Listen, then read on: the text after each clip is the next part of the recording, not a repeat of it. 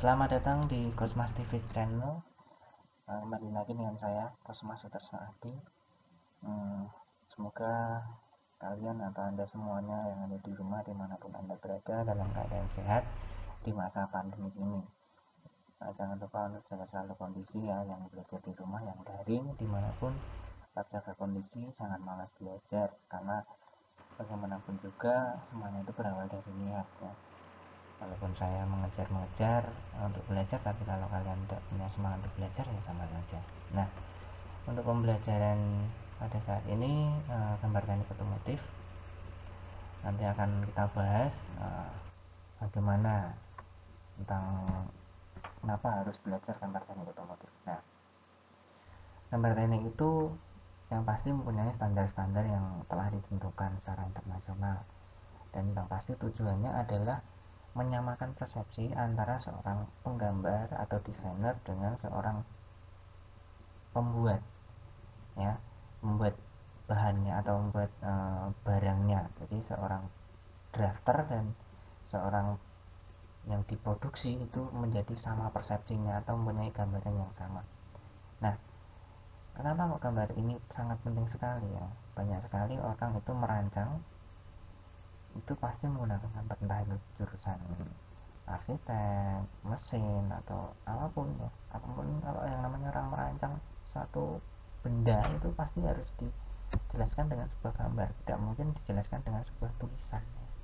Nah, gambar itu untuk zaman-zaman yang sekarang ini itu memang bisa menggunakan yang namanya komputer ya, menggunakan aplikasi, beberapa aplikasi seperti yang basic itu AutoCAD, 3D Max, Inventor, SketchUp, dan masih banyak sekali aplikasi-aplikasi yang untuk mendukung gambar. Nah, untuk yang karena ini masih pengenalan, jadi nanti kalian belajar dulu basic-basicnya, yaitu menggambar dengan cara manual dulu.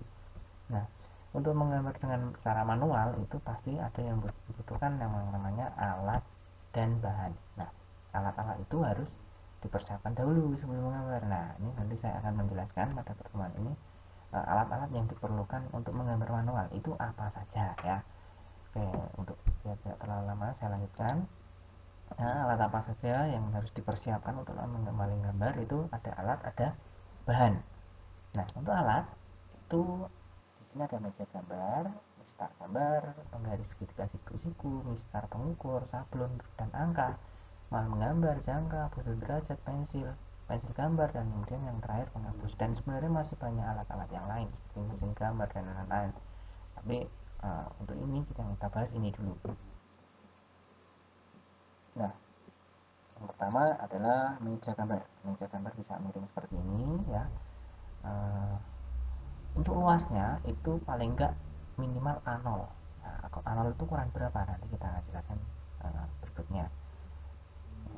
Kalau tidak, ini meja gambar ada yang miring, ada yang rata. Kalau tidak ada meja gambar di rumah bagaimana? Ya, bisa menggunakan permukaan yang rata.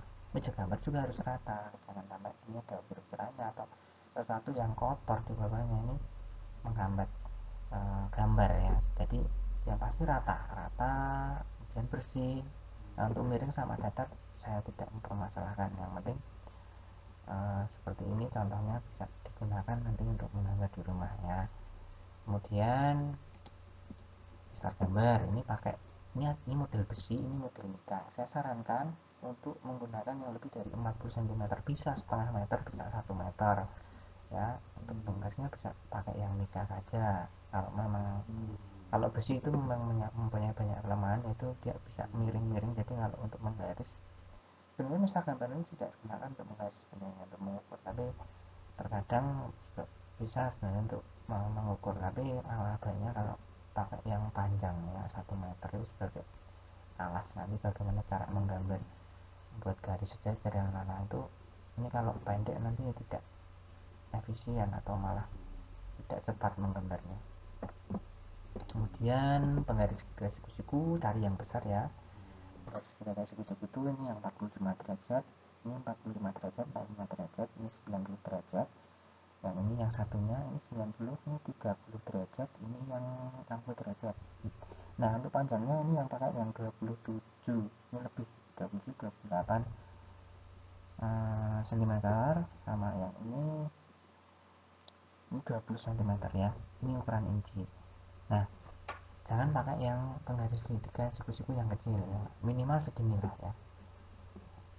Kemudian sablon huruf dan angka, ini sablon huruf dulu, sablon huruf dan angka. Ini tingginya silahkan cari yang 2,5 mm, 3,5 mm sama 5 mm ya.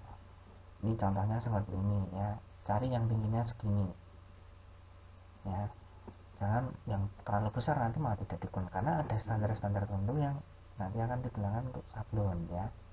Nah, ini saya sudah menambahkan yang ukurannya ini. Kemudian mal gambar, di sini ada 1 sampai 20, 1 2 sampai, nah ini maksudnya diameternya ya, 25 itu maksudnya diameternya. Nah, cari yang lengkap seperti ini ya, diameternya. Kemudian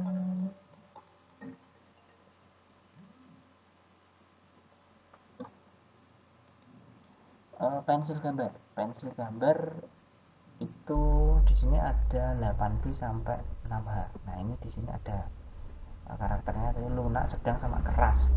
Nanti rekomendasinya pakai yang 2H ya. H itu maksudnya hard, keras, black, HB sama firm. Nah, ini kategorinya yang sedang, 2H. Jangan pakai yang 2B lunak, itu kalau lunak seperti ini untuk melukis, ini pakainya yang 2H yang sedang. Ini saya udah rekomendasi karena ada kelemahan nanti kalau kalian pakai yang lunak dan gambarnya itu tidak standar untuk gambar tekniknya.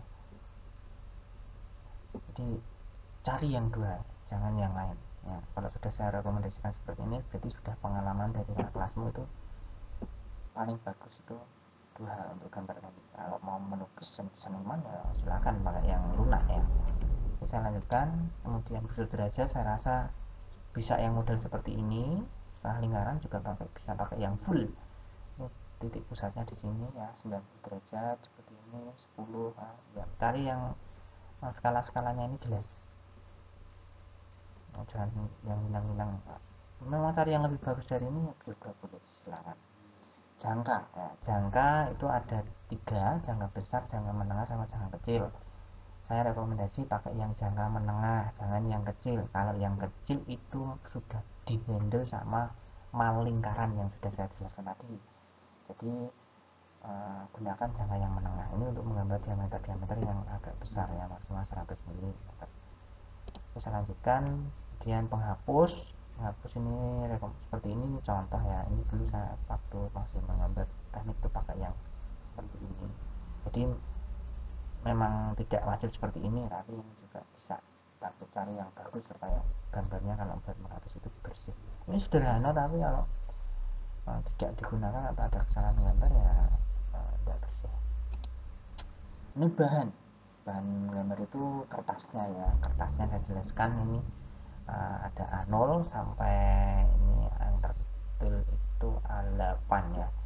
Nah, nanti kalian itu gambarnya itu pakai yang A3 sama A4 ya. Jadi ini besar, jadi penggarisnya juga harus yang besar. Nah, saya rasa untuk kertas gambarnya seperti ini. Untuk awalan mungkin nanti akan saya berikan job untuk yang A4, tapi yang pasti dipersiapkan dulu alatnya dulu ya. Gak mungkin gambar tidak pakai alat dan bahan, langsung gambar itu ya jelas tidak akan mungkin ya. Nah, kalian bisa cari di toko-toko alat gambar, di toko-toko ATK, dimanapun di sekitar Anda ya. Silakan cari yang baik, punya kualitas baik untuk kalau kalian bisa berbakat, atau untuk kelanjutannya itu bisa digunakan untuk adik kalian atau siapapun ya, yang karena yang namanya alat gambar itu penting. Oke, saya rasa itu uh, untuk kalian yang ada di rumah itu kalau mau mengakses yang saya presentasikan ini, kalian bisa buka di jobsit praktek.blogspot.com. Nah, di sini ini situsnya, ini sudah saya upload. Ini ambilnya dari sini. Ini saya juga bikin blog tapi belum jadi, belum sempurna. Silakan saja yang presentasi yang untuk saya berikan itu di sini. Nah, setelah itu nanti ada link umpan balik, bisa dibuka di Google Classroom kalian. Dan untuk absensi nanti bisa di bawah di kolom komentar.